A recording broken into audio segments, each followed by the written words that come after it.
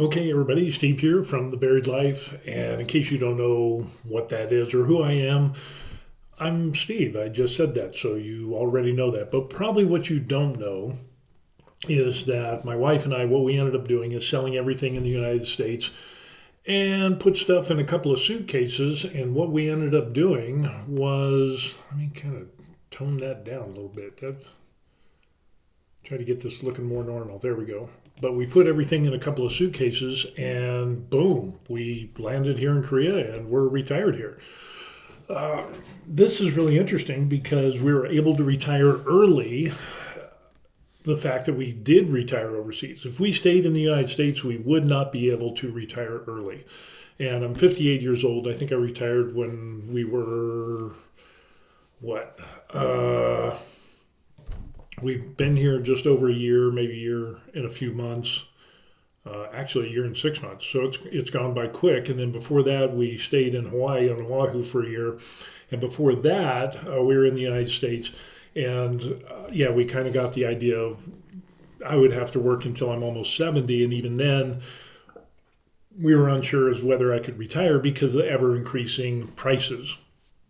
Now, the good thing is that we had already paid off our house. We had thrown everything, and we did a little trick, and we're going to talk about some things that people can do in today's market. But even then, things look kind of bleak in the United States. So that old mantra of, oh, pay off your house, oh, that's terrible advice. Actually, that was probably some of the best advice that we ever did.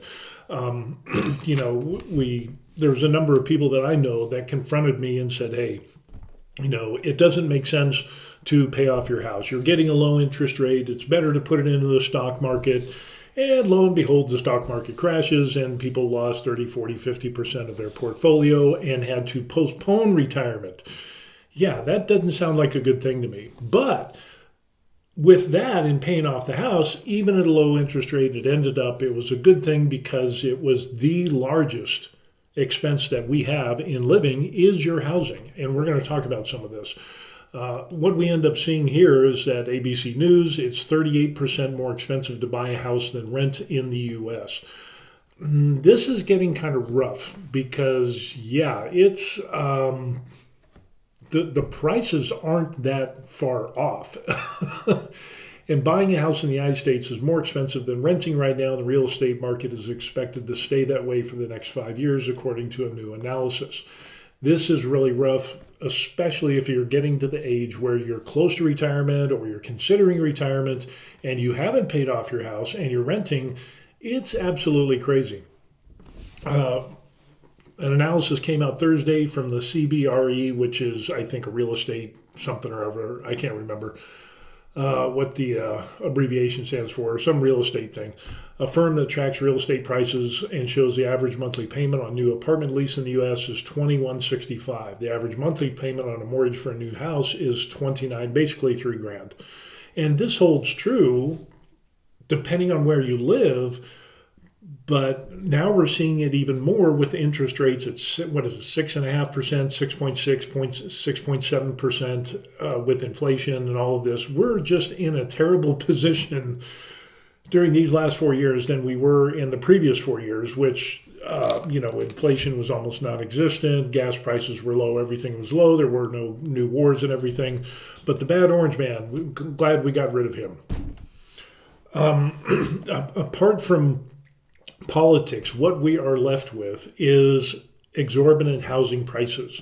And our house that we sold, ended up, it's way more expensive. And with the interest rate so high and trying to get loans, it is just not within the reach of people today. Unless you have a huge chunk of money for a down payment. And I would say that spread, like $2,165 for renting an apartment, that's like in Colorado where we came from, that could be a low price. And that could be just a 2-bedroom apartment. Buying a house with a new mortgage, it depends on where you live. But it's not uncommon for mortgages to be $3,500, $4,000, $5,000 a month. And so with that, people that are in the job market that are like, we need a place to live and want to buy a house because that's a good investment. Generally, that was the advice. And now people can't afford houses, so now they're renting. But we also see this big influx of housing and big corporations that are buying houses and then turning around and renting them out on massive scales. We see corporations that are buying up trailer parks. We see this in California a lot, that they'll buy entire neighborhoods of manufactured homes and then they'll just turn around and rent them. They just kind of force out anybody who is, you offer them enough money, and eventually people have to live somewhere. And so they can raise the rent at a predictable rate, and they can estimate and say, hey, we're going to make a ton of money. It's going to cost a lot to get into this game, but in the long run, we're going to make money hand over fist by raising the rents. That's only going to go so far. So yeah, it's pretty bad. Mortgage payments are still expected to cost 11% more than rent in the year 2030. So you wonder why I wanted to retire overseas.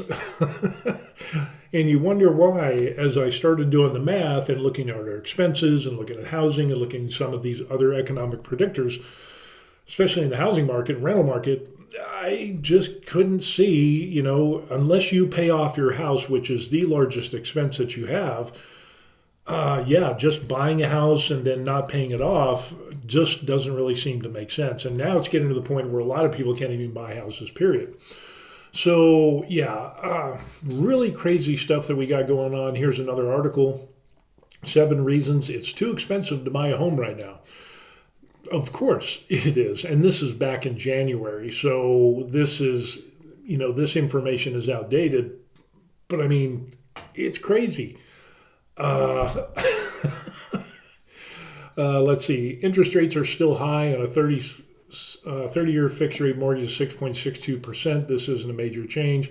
But when you do the math, so for example, with our house, when we bought our house, we were able to put a huge down payment down. And then we bought interest rate point, which people say, oh, don't ever do that. And it's on a 30-year fix. And people are, no, you should do an adjustable rate mortgage and all of this crazy stuff. And it doesn't bring you comfort, because the worst case scenario in a 30-year term, at a fixed rate mortgage, what your payment's going to be for those 30 years.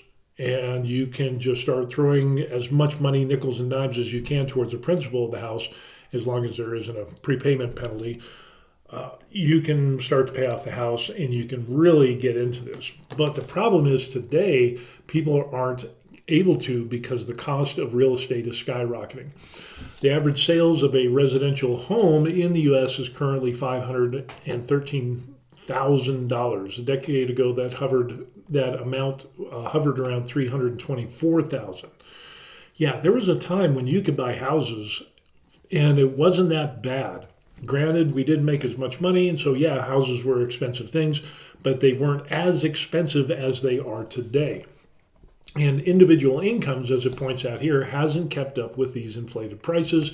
And we're not even talking about inflation or the recession that we're going through, and the war in Ukraine that is driving prices up on basically everything, which is really weird. And if you don't know about that, the war in Ukraine, the reason why it is driving up prices on everything is because Ukraine supplies, I think, like a third of the world's wheat.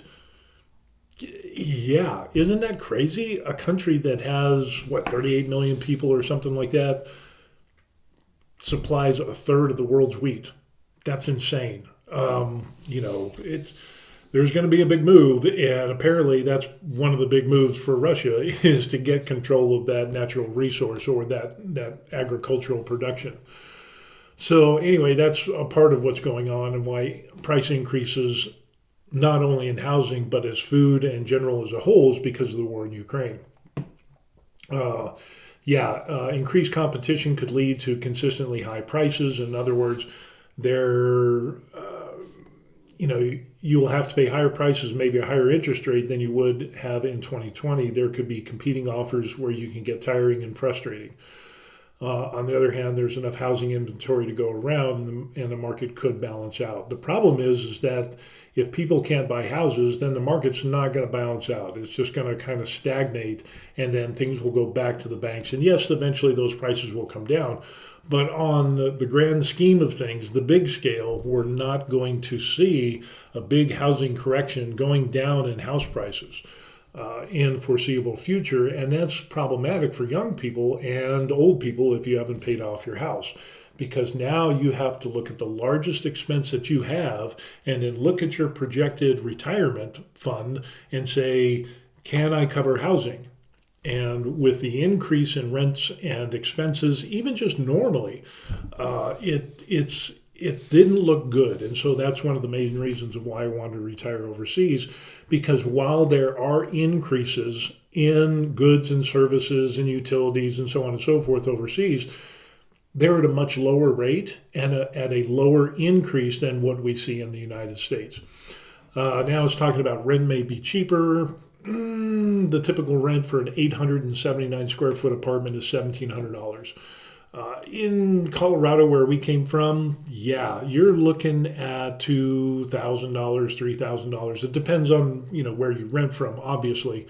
But if you're looking at Colorado Springs, if you're looking at Denver, Aurora, those big cities, Lakewood, just the big metropolitan that is Denver and all the surrounding cities that get swallowed up by Denver, yeah, rents are incredibly rough. And so you will see multiple people living in a rental apartment. In other words, you have 2 or 3 people going in on a house and renting because the prices are insane for rents, let alone buying a house.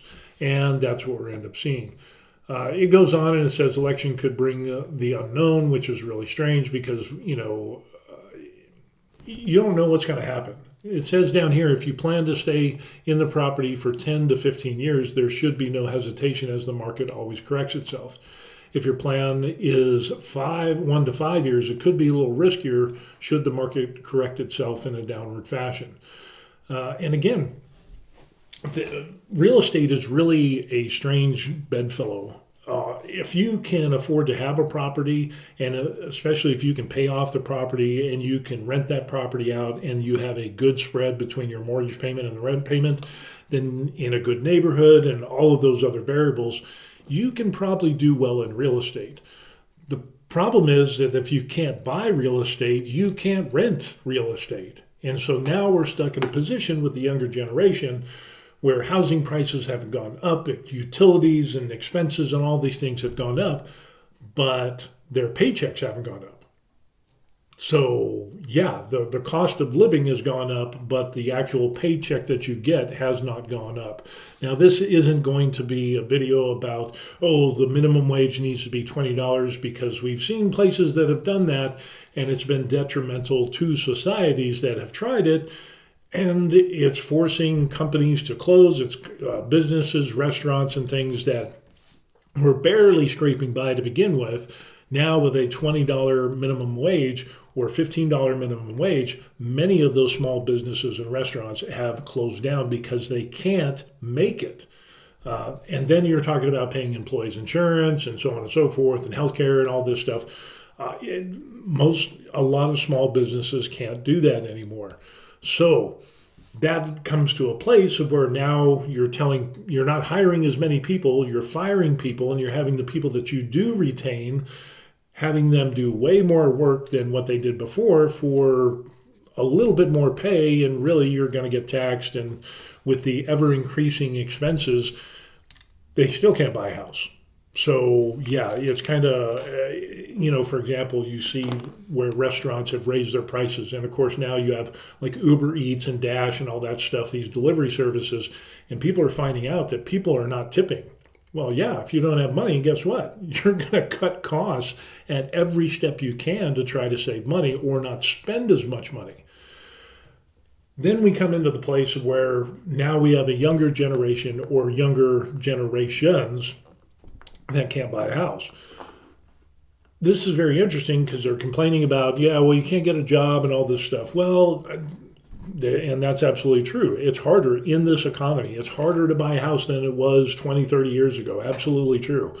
So I'm totally on board with what the younger generations are saying. But there's still a large segment of the younger generations that are saying, hey, they're not even working. They're living in their parents' house. They're not paying rent. They're not paying food. They're sponging off of their parents, complaining about the market. And it's like, but you're not working. You're not saving any money. Now, if I had a kid that it was hard and things like that, yes, you could live rent free. We still have rules in our house, but you need to be able to be a productive citizen. In other words, you're going to produce some money and you're going to contribute to the upkeep of the house that you're staying in, at least a portion of it. Hey, it's part of the deal. And with that, I think so many people are relegated to the point of where they just don't want to work and they don't feel the need to work because they just sit back in their parents' house and playing video games or whatever, and whatever part-time job that they have, it gives them a little extra spending money, but they don't contribute to mom and dad's house or the expenses that keep going up as well. This is vastly different than what we see in the past with different minority groups that banded together as families for the good of the family, and then later were able to save a ton of money. So in other words, if you look at Asian people, and it ends up the Asian people that came to the United States, poor, didn't have a lot of prospects, but they hung together as a family unit. Everybody that could work worked, and even some people that weren't supposed to work worked, and they brought all their money and they pooled in their money, and it was for the benefit of the entire family. So they ended up putting money in savings. They put money into the house and paying off the houses, and then starting businesses, with that money. And again, the steamrolling type concept until eventually, everybody worked for the common good. And with that, I think Americans as a whole, especially the younger generations, they don't do this. They just want to sponge off of their parents and not contribute at all. There's a number of people that are like, and you have people that are 30 and 40 years old that are living in their parents' basement or living in their parents' house, and they're not contributing anything whatsoever. There's a lot of people that don't have jobs. You go, I can't find a job. But you sit at home and you play video games, you're not making a concerted effort. There needs to be some give and take on both sides. So it's interesting that we see minority groups that come to the United States or other countries for that matter, poorer countries to countries that are more well off than where they came from. And these people will band together as a family unit. They will all work. They will all put money in the kitty, and they will send money home or whatever it is that they do for the betterment of the family as a whole. And then eventually they're able to get more and more because you have that synergy of everybody working together, so they can pay off the house quicker, so that they can buy a business or start a business quicker than as an individual.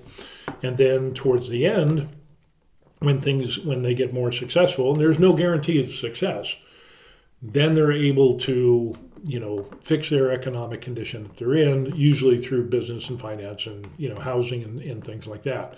So, that's something that I think people can do.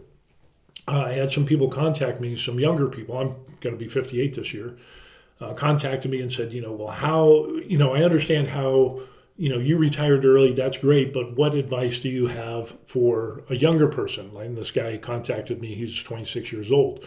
So 26, I said, well, what you might want to do is to get into real estate.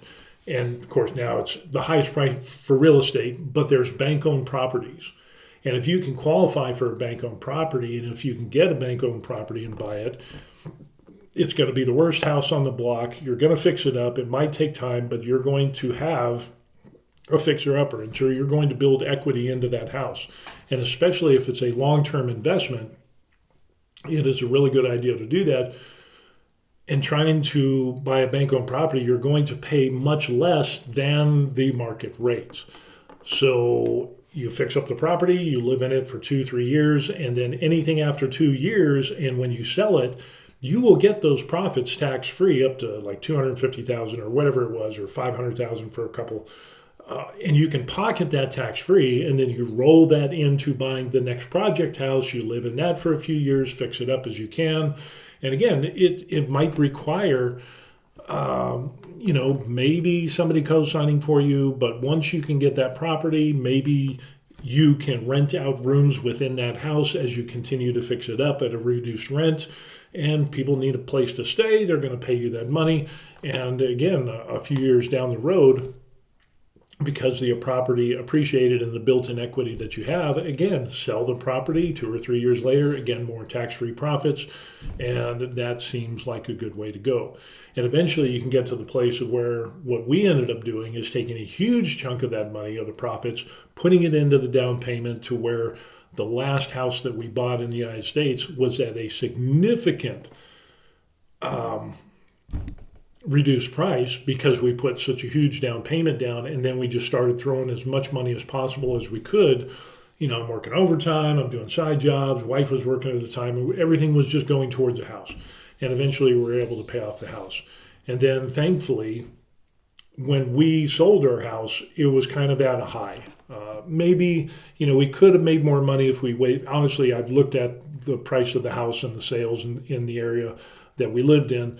And if we waited another year, we could have made another, $75,000, maybe another $100,000, kind of debatable, but it still would have been tax free on top of what we made. So we would have been almost at the limit of, the tax consideration of having tax free, of being married, joint, and all that stuff.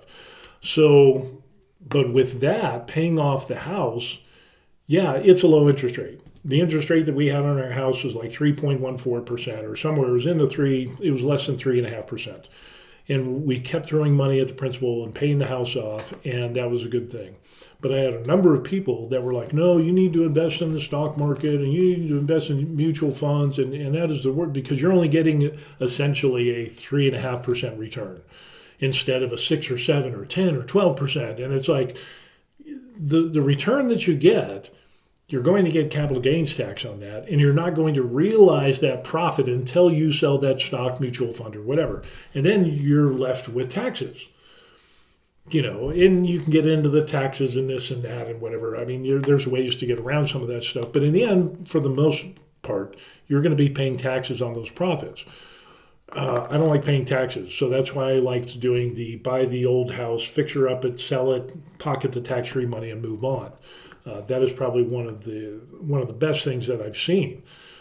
You're not riddled with debt. If you go into too much debt and things get bad, things can go south really quick. But eventually you get to this place of where it might be worth moving and relocating to a different place in the United States to get lower home prices.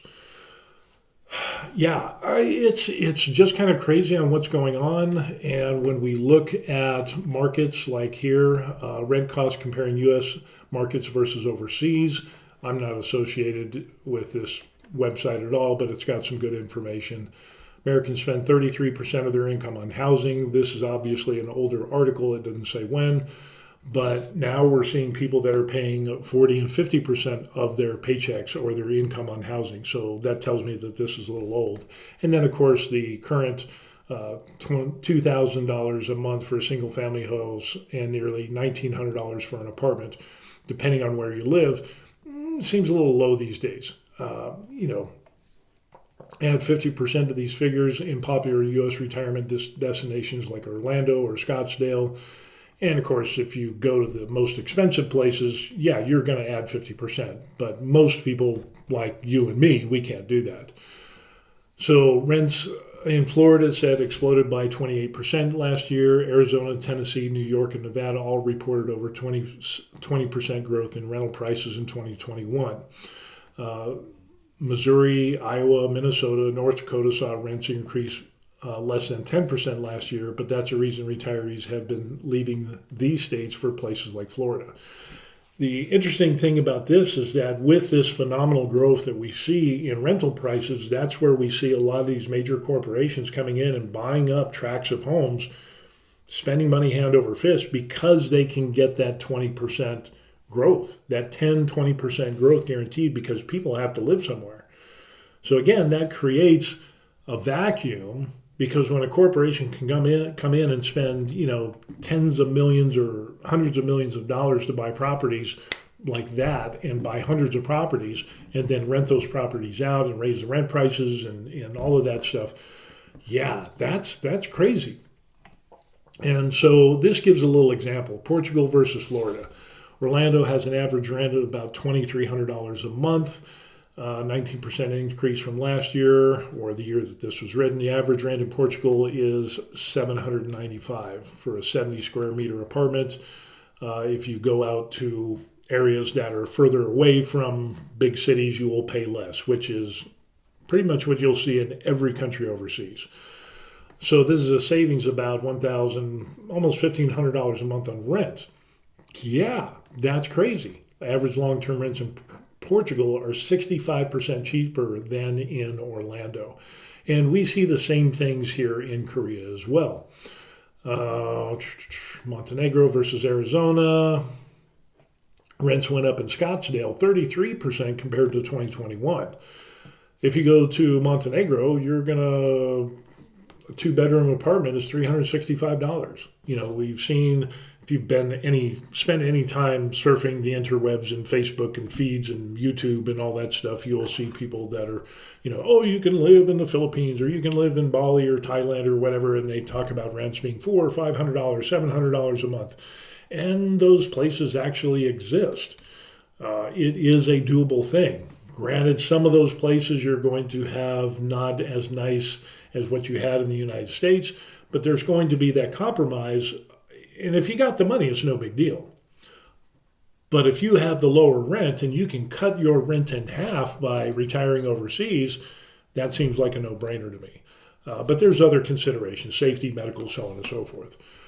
In the rent cost in Montenegro, close to the beach, $750 for that. So there's a 70 to 86% difference in rental costs compared to Scottsdale, Arizona, which is kind of a hoity-toity type of place. Colombia versus Hawaii. We lived in Hawaii for a year on Oahu, and we wanted to retire there, but real estate prices is insane, and it's even worse now. So that's why you'll have 6, 7, 8 people living in a house. You'll have multi-generations living in a single-family home because real estate has gone up the wazoo in Hawaii. So you're going to see a huge difference between Colombia and Hawaii. It's just kind of like, yeah, okay. Average rent is $23.99 for currently running leases up to $2,800 or $3,000. We've seen places that were $3,000, $4,000 for rent. Mid-range, again, a 2-bedroom apartment, 80 square meters in Medellin, Colombia, will cost you about $550 per month. Local style apartment of similar size is about $360. So yeah, you're going to see 80 to 87% discount. And the same thing, you'll see a lot of other places. Talks about Northern Cyprus, a difference. Rent starts about $220 per month in Northern Cyprus. And, well, what are you waiting for? Go and retire and do all these great things in overseas locations. And that is a huge concern. And I think for us, it was the biggest concern was, would we ever be able to retire? And in the United States, with all of the articles and what we see and the projections that I saw for utilities, our property tax was going up guaranteed $100 a year. So if I worked, another 15, 20 years, just do the math, or 25 years, would you be able to afford the property tax? And depending on how much you make in your retirement and how well you positioned yourself for retirement, the majority of people don't have anything saved for retirement. They'll end up on Social Security, which will not be a huge landfall. And now we're seeing that Social Security by 2033 or 2035, it's going to be reduced by about 17 or 20%, somewhere around there, if things don't get fixed. Can you afford a 20% dip in your Social Security if that's your only retirement? Will you be able to rent a place on the Social Security when you're a senior? And the resounding answer is most people today that are getting towards that retirement age of drawing Social Security of 62, 65, 67 are saying, no, we can't make it. And so that's why overseas retirement seems to be such a good thing. With that being said, we're seeing an increase in rents in places overseas because there's a demand, and all the people that have property that were renting out for $360 a month for a place are seeing all of these seniors with all of their money, and then they're like, yeah, no, $400, $450, $500 a month. So we see rent prices going up as well. Still, it's way less than what we see in the United States and other places. So, it's, the trick to all of this is overseas retirement is doable, and it definitely is an option. Now, some people say, oh, I don't ever want to go outside the United States. I'm a hardcore American. Well, I'm a hardcore American too, but I'm just glad that my citizenship allows me the opportunities to retire in other countries overseas. I still got to pay taxes. You can't get away from taxes. It's just something, unless I change my citizenship, I'm still going to pay taxes in whatever citizen of country that I become. I'm still going to have to pay taxes. So, yeah, but there are some countries that have better tax situations for retiring and expats and remote workers than what we see in the United States. So, some countries are better than others. Korea, the reason that we're in Korea is because my wife is Korean ancestry. She was born and raised here. And Korea wasn't even, to be honest with you, wasn't even on our list of places to retire to because it wasn't retiree friendly. They don't have a retirement visa like Thailand or Philippines or Bali's or Portugal or all of those other places. But when we found out that because of my wife has Korean ancestry, even though she became a U.S. citizen, she could get a long-term visa, and then as an F4, and then my F1 visa, because I'm her spouse, so we're kind of attached that way, married, imagine that, that we were able to both get long-term visas. So then it was like, oh, okay, so that's, Korea just seemed to click more because the wife's family's here and closer to them than my family for sure. And I don't have anything, we don't have anything in the United States tying us back to the United States in regards to family. Our daughter's in the military, she's a doctor, and so, she's actually going to be, coming around and being in this neck of the woods. So, that's great. But she's got her own life as well. So we don't have like the homestead thing or the hometown experience where you grew up and knew everybody. As a child, I moved around way too much. And then I got in the military and we continued to move around way too much. So my experience and our experience is very different than somebody who was born and raised in a small town, lived in that town or city their entire life. And they're like, there's no reason for me to go anywhere else. And that's absolutely fine. There were some other people that it's interesting because, talking about overseas retirement, I had a few people that were like, well, not everybody can do that. Not everybody can retire overseas, because of, and then they list their reasons why. One guy was really, really mad at me as if I had said that anybody can retire overseas. No, I've never said that. I said it's an option. And this guy just went off on a rant and was talking about, well, I'm divorced and my wife gets, I have child support, I have alimony, spousal support and all that stuff. I'll never be able to retire. And it's like, I'm sorry for that. That's rough. That's horrible, especially in the day and age where, sexes being equal and, but not when it comes to child support or spousal support. Which is kind of funny. Everybody wants to be equal until there's money involved. But everybody has their own individual situation that they need to deal with. If you're divorced and you have a lot of child support and you have spousal support and you cannot make it, don't get mad at me. I'm just giving possible options. Everything is a possible option, and you should look at it and see, is this doable? Is this workable for me in my situation? And all I'm doing is presenting information so people can make an informed decision. if your informed decision is that you cannot retire overseas because of divorce, because of bad investments, or because you owe this or that, or whatever the case is, or I had somebody complain, send me a message, just this huge long rant. I wish I saved it, but the person ended up blocking me, and they were just really angry and bitter. And it's like because of their physical condition that they're in, that they wouldn't be able to go and retire overseas. And it's like, there's no guarantee that anybody can retire overseas. There are always situations. If you're in a situation where you're so medically infirmed by disease or accident or a combination of both that you cannot get the medical care that you need in a foreign country, there's nothing I can say. It's not like I'm telling people, you must retire overseas regardless. I've never made that claim, which is really odd. And even when that guy sent me, the message was huge. It was just like one of those where it's like, okay, this guy's really angry and bitter. So, it's like, hey, I'm sorry to hear this and blah, blah, blah. I reiterated that it's not for everybody. I'm just presenting information, and if it's applicable and if it's doable, make an informed decision. If you can't, then look for other ways in which you can retire or, whatever it is that you want to do. I had another person contact me and it's like, oh, overseas, a bad, terrible idea, blah, blah, blah. Nobody can work overseas. And a lot of people work overseas in a remote location, doing remote jobs.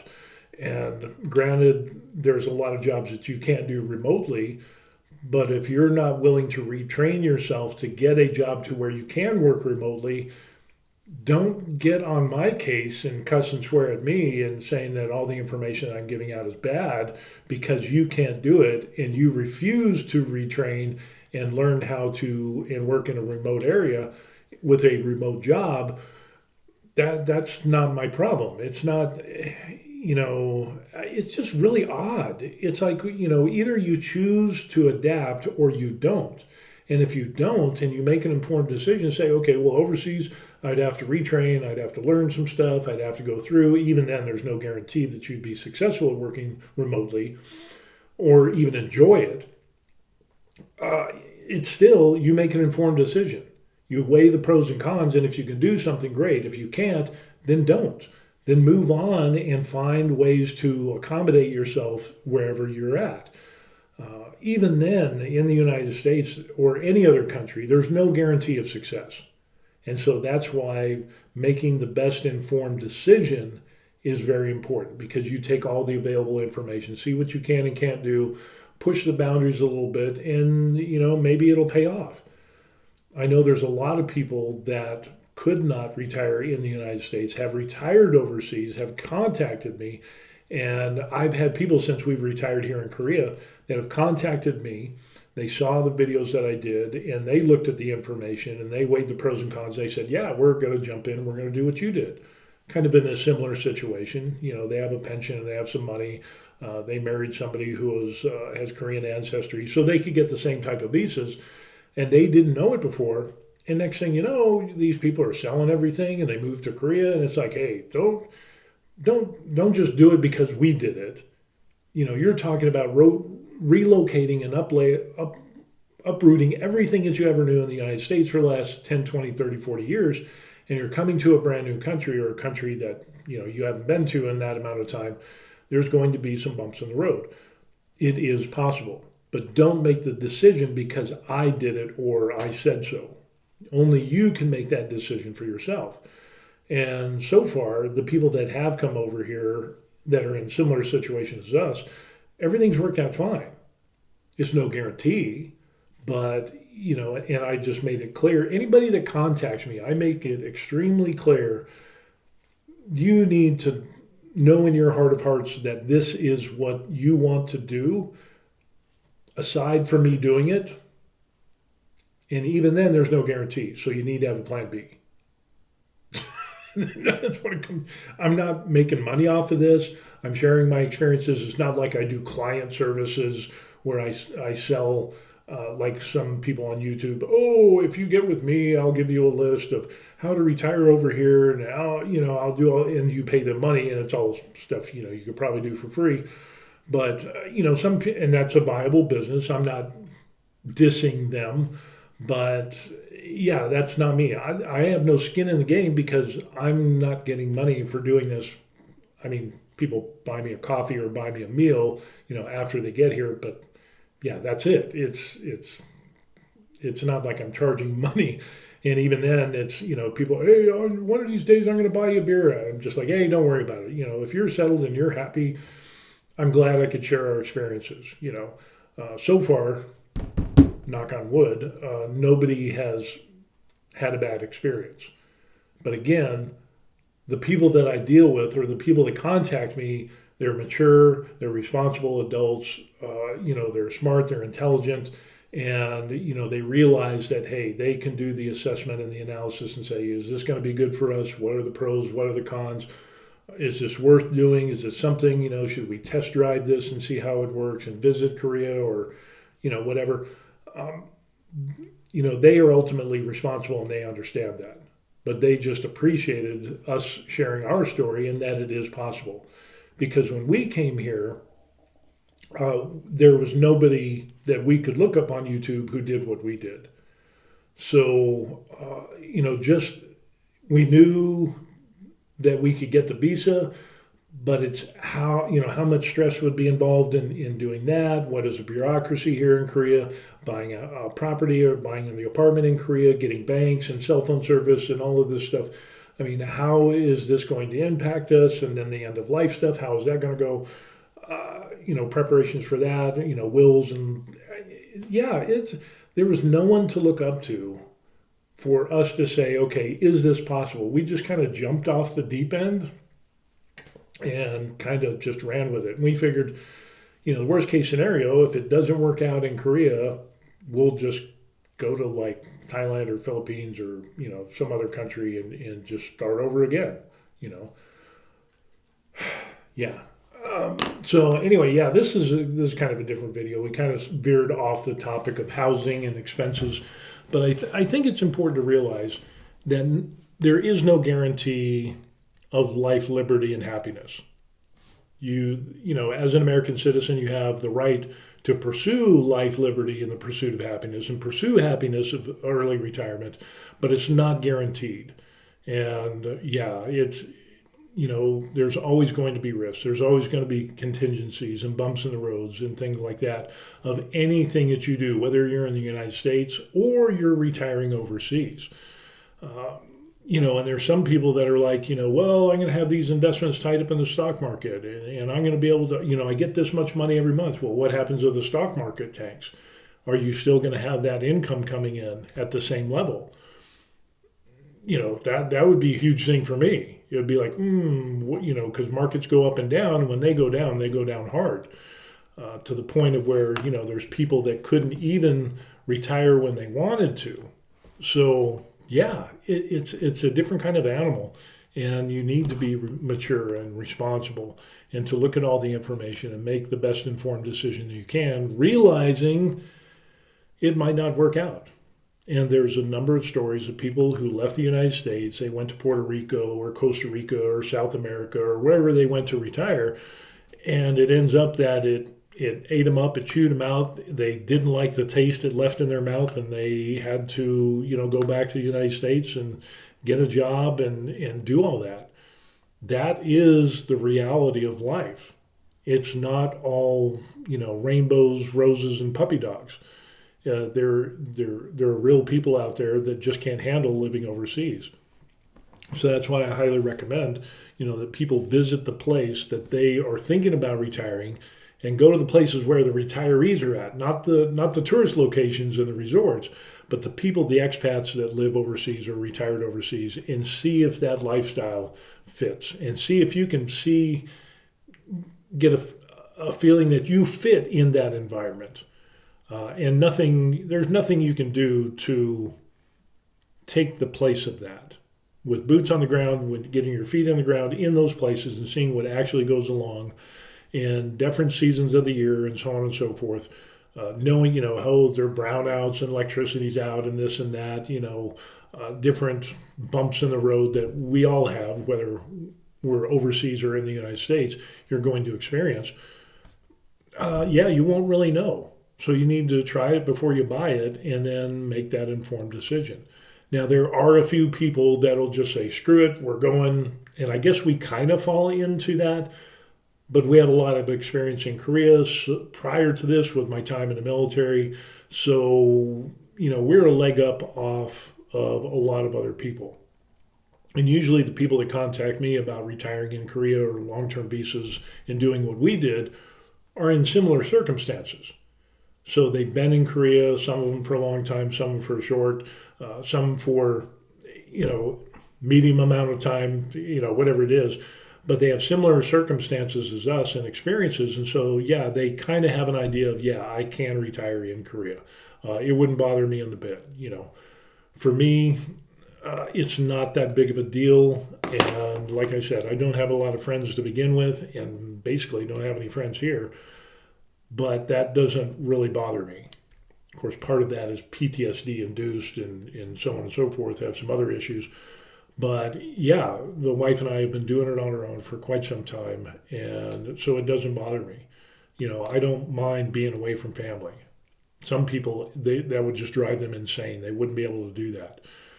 Again, if you have the financial means, but you just can't deal being away from your family in the United States, then yeah, make an informed decision. Say, yeah, it'd be great. I can afford it and I would save a ton of money, but I just can't get over the hump of not being close to my family. Then make the decision that fits for you and your family. I'm not telling anybody to do something that they shouldn't do. I'm just telling people make an informed decision. Take all the available information, run that through the collator and look at it, pros, cons, the whole 9 yards, and then go from there. So anyway, that's what we got going on. Man, I'm sore from working out. Hit chest and back really hard yesterday. But today is let me see if I can bring that up. Let's see, One Heart Korean American Festival. And that is the One Heart Korean what is it? The 17th annual Korean American One Heart Festival is popping up.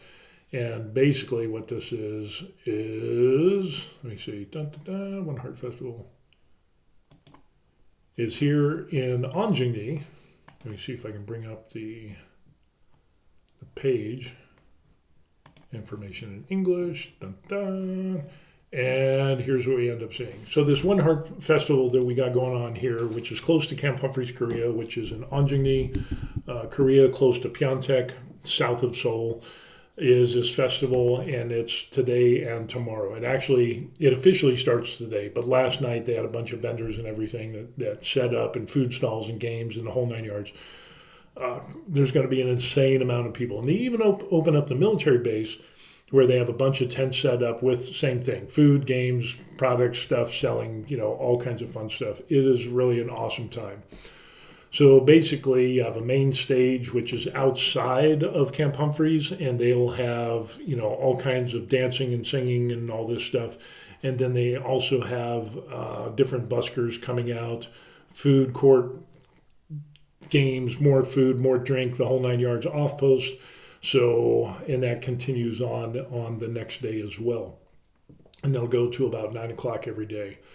So they will have performances on post on the stage there, and then off post down the street, they will have a stage with different performers and so on and so forth. So you can see some of that there.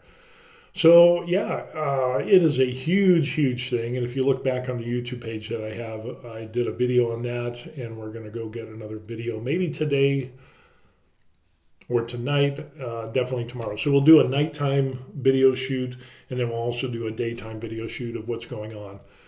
But temperature is going to get a little hot today. It's supposed to be like 83, 84 degrees, and then the next day, tomorrow, is supposed to be around 86. So obviously it'll be a tank top day today and tomorrow. But yeah, the festival is really cool. A lot of Korean food, culture. It's just an awesome time, and we're going to have a good time doing that. So if you're in Korea and you're close to Camp Humphreys, definitely come on down. They have parking and things like that. Let me see if this has the... yeah, there's some parking that has available parking, which is limited. Public transportation is probably the best way to get down here, but yeah, that's what we got going on. So yeah, the Wonder Heart Festival is really good, and we're going to be enjoying that. And if you get a chance to come down here, yeah, food, fair, fun, games, the whole 9 yards. Koreans, Americans, co-mingling and having fun together, and it's kind of like reminds me of a state fair type of atmosphere. So it's really, but it's multicultural and it's awesome. So anyway, we're going to do that, and I think that's going to end this video. So being retired in Korea, too expensive to buy houses in the United States, what you can do. Overseas retirement, it's an option. Give it a shot, but wherever you do retire, if it is overseas, definitely look for different festivals and things that you can do, because that can bring another pro to the table of why you might want to retire overseas, because they have different holidays, they have different festivals. Again, you can immerse yourself in that culture and learn some new things, travel, all of that, and that's always a good thing. Okay, so if you have any comments on this, overseas or housing in the United States, how bad has it gotten in there where you live? Do you think retiring overseas is an option for you? Is that a viable option? What do you think about that? And I don't know, something else. But the one thing I don't want to hear is you complaining to me that you can't retire overseas because you're divorced and you have alimony and child support and you made bad financial decisions. I don't have anything to do with that. I'm sorry. It really is. I've made huge financial blunders in my life, and it's like I've had to start over a couple of times. And it is what it is, and you just got to work the best way that you can. But yeah, don't rag on me for making videos about seeing overseas retirement as an option. I didn't say it was the option. I said it's an option. And if you can do it and you can, that's great. If not, then stay where you are. Work towards and have a plan to work towards retirement, period. And I found the best way to do that is overseas, from my experience. Maybe there's, you can think of another way. I don't know. We'll see what happens. So anyway, that's going to be it. Like, subscribe. We'll see you on the next video. Peace. Yep.